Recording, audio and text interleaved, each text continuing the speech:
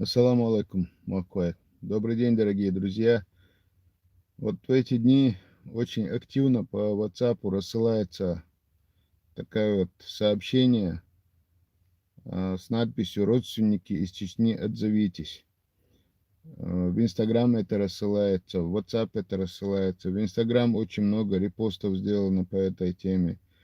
Написано «Салам алейкум, вежи ежи».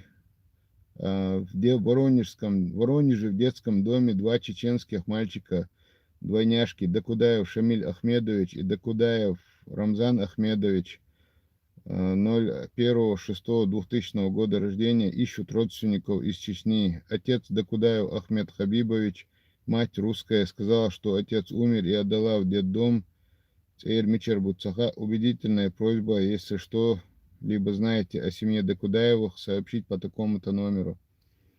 Вот этому сообщению, чтобы не соврать, вот я записываю это в сентябре 2019 года. Это сообщение, насколько я знаю, появилось то ли в 2017, то ли в 2016 году. Этому сообщению 2 или 3 года. Когда оно появилось, я, соответственно, позвонил по этому номеру, который был. Там трубку взял человек, имени которого я сейчас не помню. Трубку взял человек и рассказал о том, что он дальнобойщик.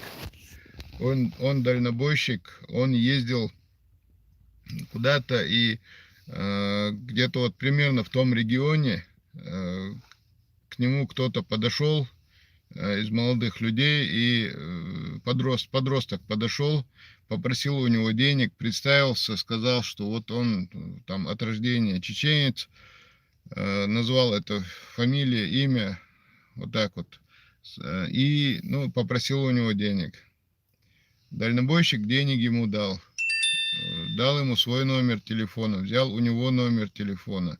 И дальше поехал, и написал это сообщение и начал дальше искать родственников. Вот он сообщение это написал, и телефон, который там в этом сообщении упомянут, он реальный. Это реальный чеченец, думая, что делает доброе дело, написал это.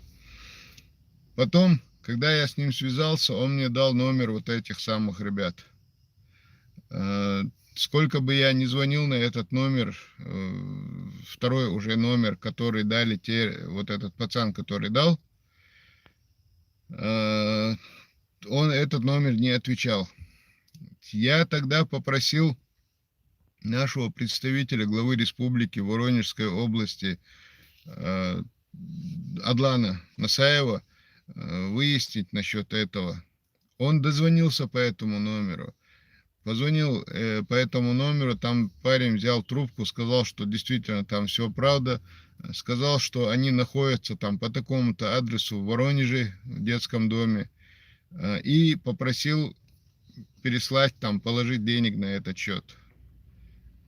Адлан положил денег на счет, потом поехал их искать. Выяснилось, что в том детском доме, адрес которого был указан, там никогда подобных детей не было.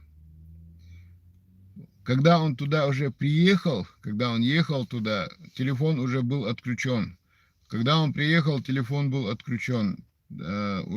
Только на следующий день снова телефон включился, он смог позвонить. Опять ребята взяли трубку, сказали, что они по ошибке назвали не тот адрес и дали адрес совсем другого детского дома. Уже по другому адресу. Он поехал туда, но когда он ехал, и они опять попросили у него денег положить на счет.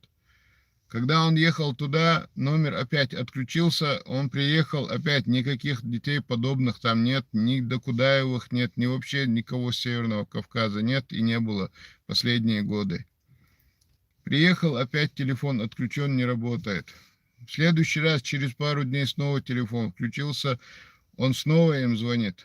Они называют адрес уже в Воронежской области совсем другой, даже совсем в другом городе. Адлан едет уже в другой город за 100 с лишним километров по указанному адресу. Те опять просят положить денег на счет, прислать. Он опять им присылает деньги, то 500 рублей, то 1000 рублей, то 1500 рублей. Первый дальнобойщик вообще 5000 рублей им дал. Вот так вот потихоньку они названивают Аллану, просят у него денег, он им эти деньги пересылает, думая, что он действительно совершает доброе дело.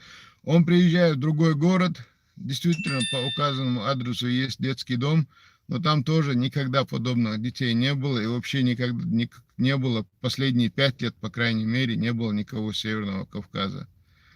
И начали выяснять, спрашивать у людей, объяснили, что этим, как правило, занимаются те люди, которые где-то сидят в местах заключения и таким образом просто-напросто придумывают такие схемы, зарабатывают деньги таким образом.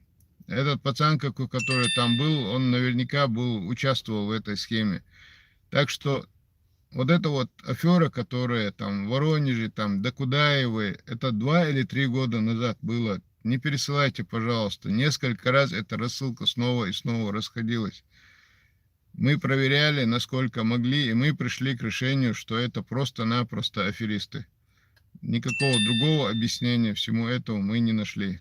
Более того, не нашли, здесь уже дома искали Докудаевых, нашли там по этой фамилии, много людей нашли, и ничего похожего, никакого подтверждения здесь дома тоже не нашли. Вот такие вот дела. Поэтому не поддавайтесь, пожалуйста, на всякие провокации. Дал это больше масера.